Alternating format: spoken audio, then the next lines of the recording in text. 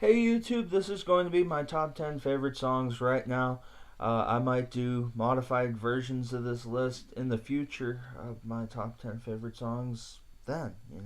So it's kind of a transitory list, I know. Uh, it will change over time. But I thought it would be a cool and individualized type of list, you won't have seen anywhere else. So, yeah, anyways. Let's get to it. Number one on this list is Falling by Stained. I think this stands out as one of their best lyrical songs. I love the line, don't blame me if you didn't get it, that he repeats. I think it's the chorus. Instrumentally, it's pretty heavy. If you've been listening to their more acoustic stuff, like So Far Away, and they have bigger radio hits that I think aren't quite as heavy. But I think Stained a lot of times really turns up the volume on their best songs, B sides or not. Number two on my list is Don't Let It Bring You Down by Neil Young, particularly the Massey Hall live version from 1971. I love the chorus. I think it really displays Neil's unique voice well, and the video is a little bit shaky, um, but the audio quality is good.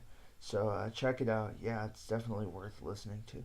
Number three on my list is Love Buzz by Nirvana, originally by a lesser known band called Shocking Blue. This song always gets stuck in my head. I think it has kind of a viral nature since it's sort of simple and repetitive, with that bass line and with Kurt's hypnotic vocals. The riff is frankly bludgeoningly heavy. This is a very memorable song, and I think if you listen to it, it will get stuck in your head in a positive way too. Um, and who wouldn't want that? Because this is a really awesome song. Number four on this list is Zombie by the Cranberries. Rest in peace to the lead singer Dolores O'Riordan, who died at the young age of 46 recently, I think. Um, she utilizes her Irish accent for unique vocalizations on the song. When she's yelling in your head, um, her voice kind of cracks. Um, I think it's also got a killer music video. So yeah, this is one of their best songs, of course. Number five on my list is Fine Again by Seether. I think this is one of their best songs lyrically. They also obviously have some great work with Amy Lee. This song talks about the singer's struggle with sobriety and addiction, and there's a sense of futility to it. But I think anyone who's ever been depressed can kind of relate. It has kind of a modern day Nirvana sound. Um, but yeah, it's a really enjoyable song. I always turn this one up whenever it comes on. Number six on my list is Spoonful, the live version by Cream. This was originally written by a blues musician named Willie Dixon, uh, who, again, similar to the last situation where it was a cover, is kind of lesser known than the band who's doing the song. Check out the live extended cover that's like 9 minutes long. There's some fantastic bass work, and it's got some really heavy jamming for the time period, which is the late '60s, like '67 to '69, somewhere in there. Um, Next up is another song by Stained. They pop up on this list several times.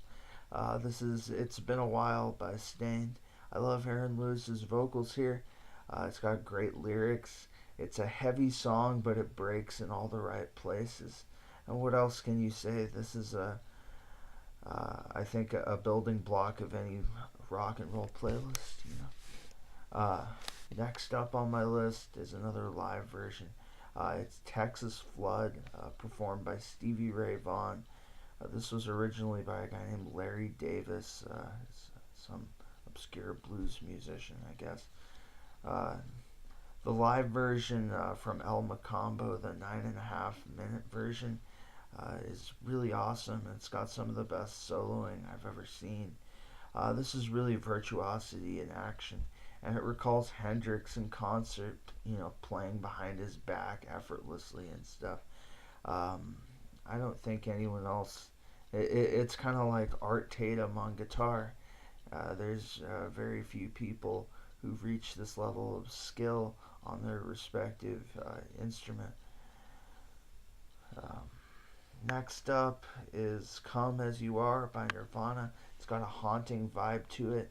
His singing is a little bit hard to interpret, but it adds a sense of mystery for me, trying to kind of figure out what he's saying. And I know I could Google the lyrics pretty easily or just add lyrics to the video, but I think it's fun trying to figure out what the hell he's actually saying since um, it's a little bit fuzzy.